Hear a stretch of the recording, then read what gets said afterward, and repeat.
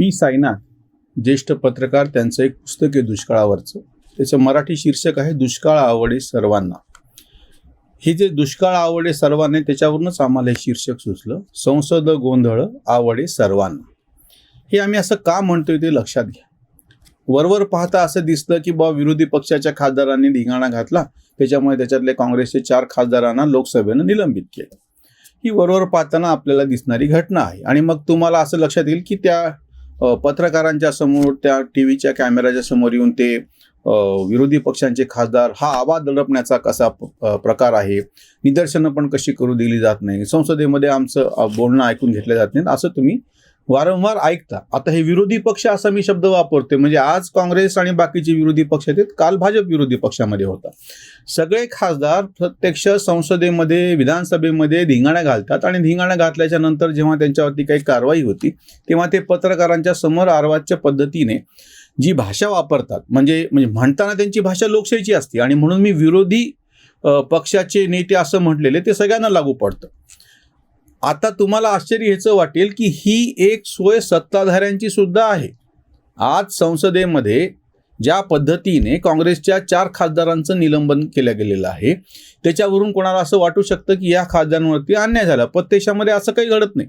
त्यांना एक काहीतरी अतिशय कमी अशी स्वरूपातली रक्कम काय म्हणता येईल त्यांना दंड म्हणून आकारलेली असते, 1001 रुपये काहीतरी, आणि त्यांना काही दिवसांपुरतं फक्त निलंबित केलेलं असतं. म्हणजे एरवी सुद्धा जेव्हा यांचं निलंबन नसतं तेव्हा यांना उपस्थितीचा काही फारसा उत्साह नसतो. संसदेचं अधिवेशन वर्षभरामधून 3 अधिवेशनं, अर्थसंकल्पीय अधिवेशन, पावसाळी अधिवेशन आणि हिवाळी अधिवेशन, एक साधारणतः पूर्ण म्हणजे 40-45 दिवस संसद चालावी असं म्हणतो, पण तेवढं काही घडत नाही. 25 ते 30 दिवस म्हणजे संपूर्ण वर्षामध्ये मिळून जेमतेम 3 महिने ही एकूण संसदेची कारवाई असते, त्याच्यातही हे उपस्थित राहत नाहीत. आता तर निलंबित झाल्याच्या नंतर जेव्हाही आरडाओरड करतात की आमच्यावर कसा अन्याय, त्यांना सगळ्यात पहिले खडसावून हे विचारलं पाहिजे की तुमचं जेव्हा निलंबन झालेलं नव्हतं तेव्हा तुमची उपस्थिती किती आहे.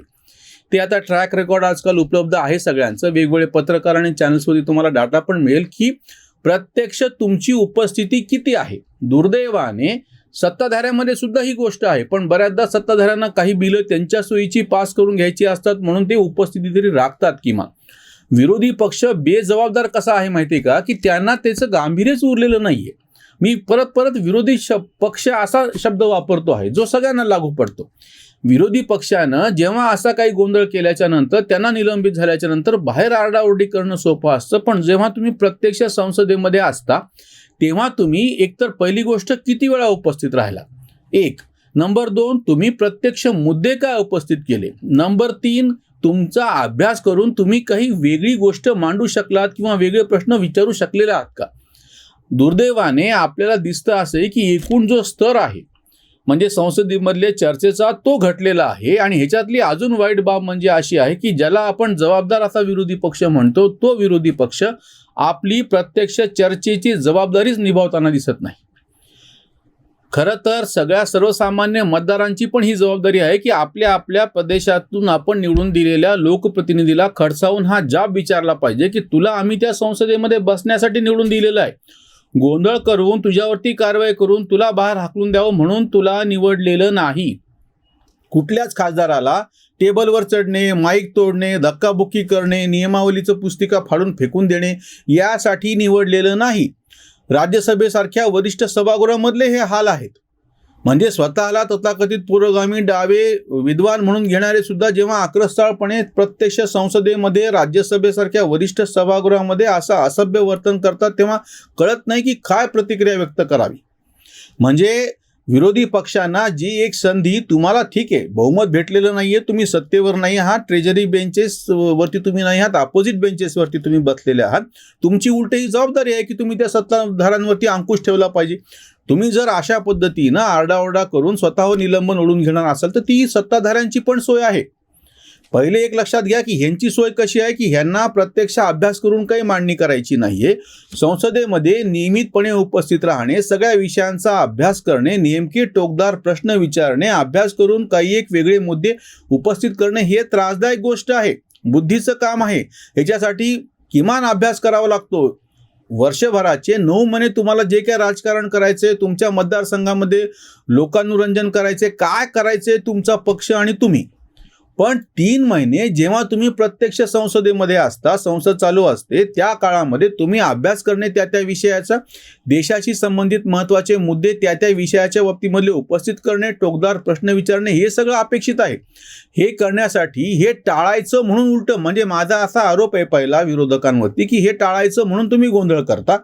तुम्ही गोंधळ केले की तुम्हाला माहीत असते की निलंबनाची कारवाई होईल, निलंबनाची कारवाई झाली की तुम्हाला ते कारणच पुरलं, बसता. म्हणजे वर्गामध्ये धिंगाणा घालणारा पोरगा वाटच पाहत असतो की कधी आपल्याला एकदा आपले मास्तर वर्गाच्या बाहेर काढतात. वर्गाच्या बाहेर काढले की तो मोकळाच असतो, तेव्हा ती जबाबदारी सगळी संपून जाते. या पद्धतीने की एखाद्या दांड मुलाचं जे वर्तन वर्गामध्ये असतं त्याच पद्धतीने विरोधक असं वर्तन करताना दिसत आहेत एकीकडून.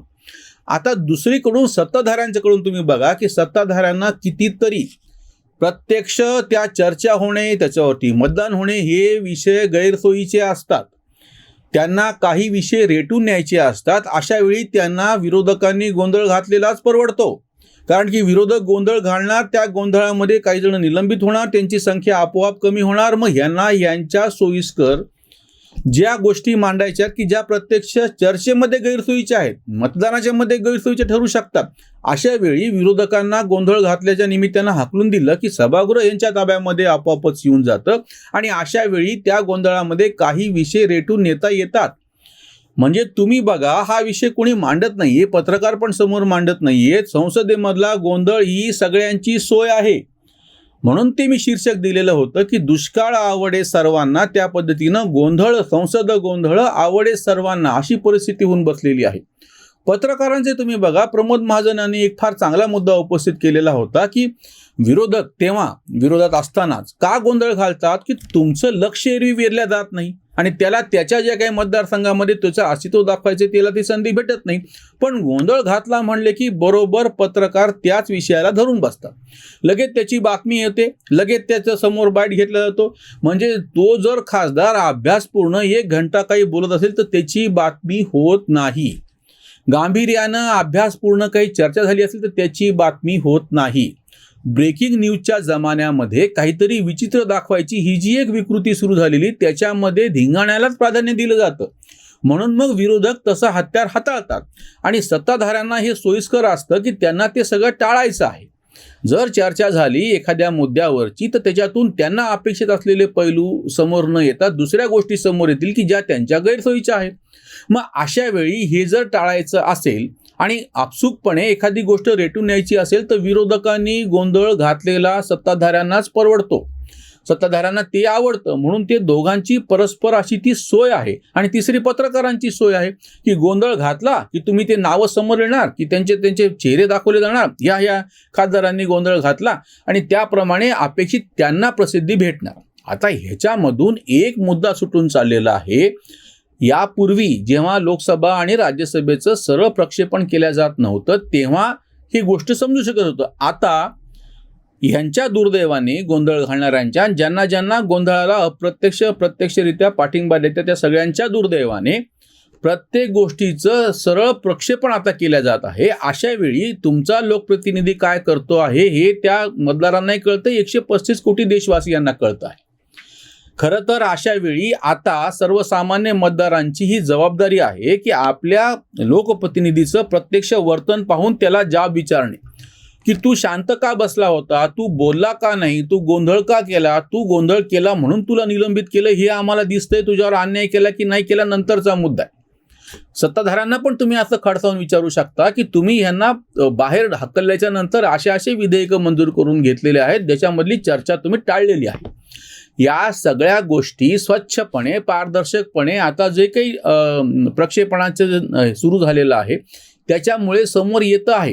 याचा खरं तर कुठल्याही लोकप्रतिनिधींनी चांगल्या पद्धतीनं फायदा असा घ्यायला पाहिजे की त्याला जे मुद्दे उपस्थित करायचे तो फक्त तिथल्या लोकांपुरतं बोलतोय असं नाही. यापूर्वीच्या एका व्हिडिओमध्ये आम्ही आवर्जून हा मुद्दा मांडलेला होता की भाजप त्यांच्या सगळ्या राज्यातल्या खासदारांना हिंदीतच बोलायला लावत आहे.